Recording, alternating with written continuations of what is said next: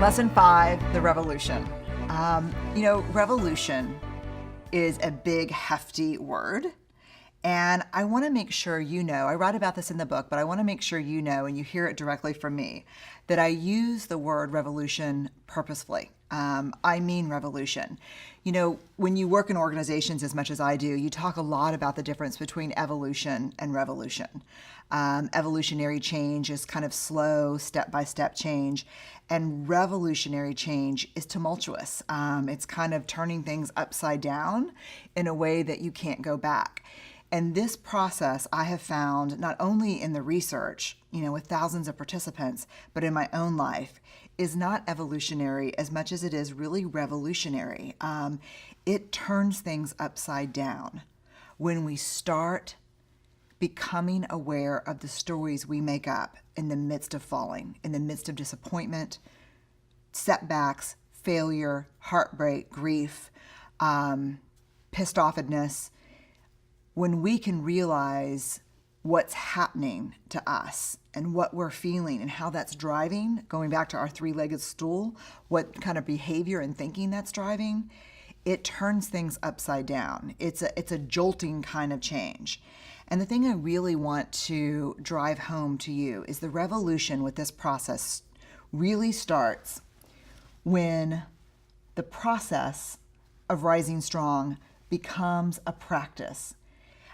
When we experience struggle, we immediately go to, okay, what am I feeling? What story am I making up?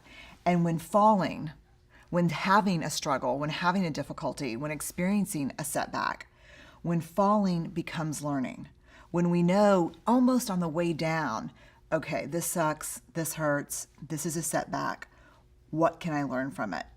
So I want to walk you through how this works. So first we have the delta. And I know you've read about it in Rising Strong, but I think it's helpful to kind of go through it together in the course. Delta is just a term for difference. So if I ask my business manager, what was the actual revenue from this process? He'll say, well, the delta between what we projected and what actually happened is this. Here's the difference.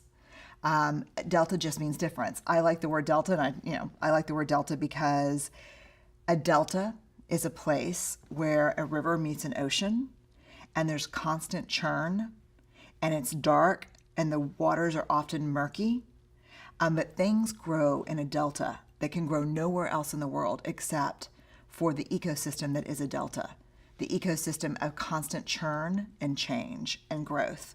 And that's what we're doing.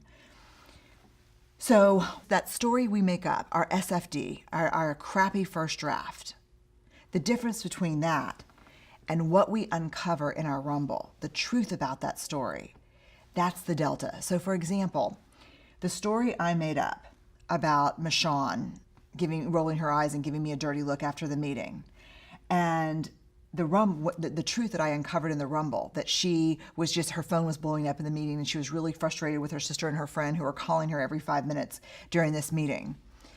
The difference between those two is what I call the key learnings. So what were my key learnings from that story? If I look at, here's the story I make up. Michonne doesn't like me, she doesn't trust me, she doesn't believe in me.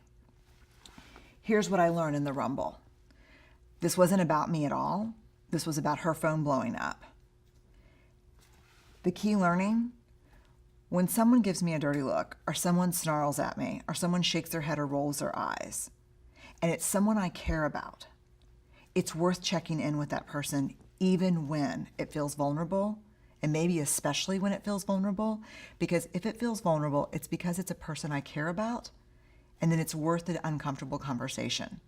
So for me, the key learning from that experience is not everything everyone does is about me.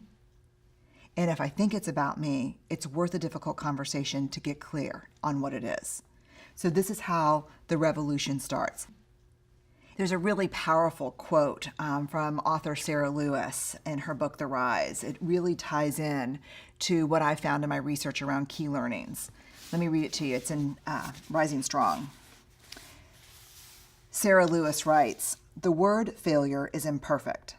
Once we begin to transform it, it ceases to be that any longer. The term is always slipping off the edges of our vision, not simply because it's hard to see without wincing, but because once we are ready to talk about it, we often call the event something else, a learning experience, a trial, a reinvention, no longer the static concept of failure.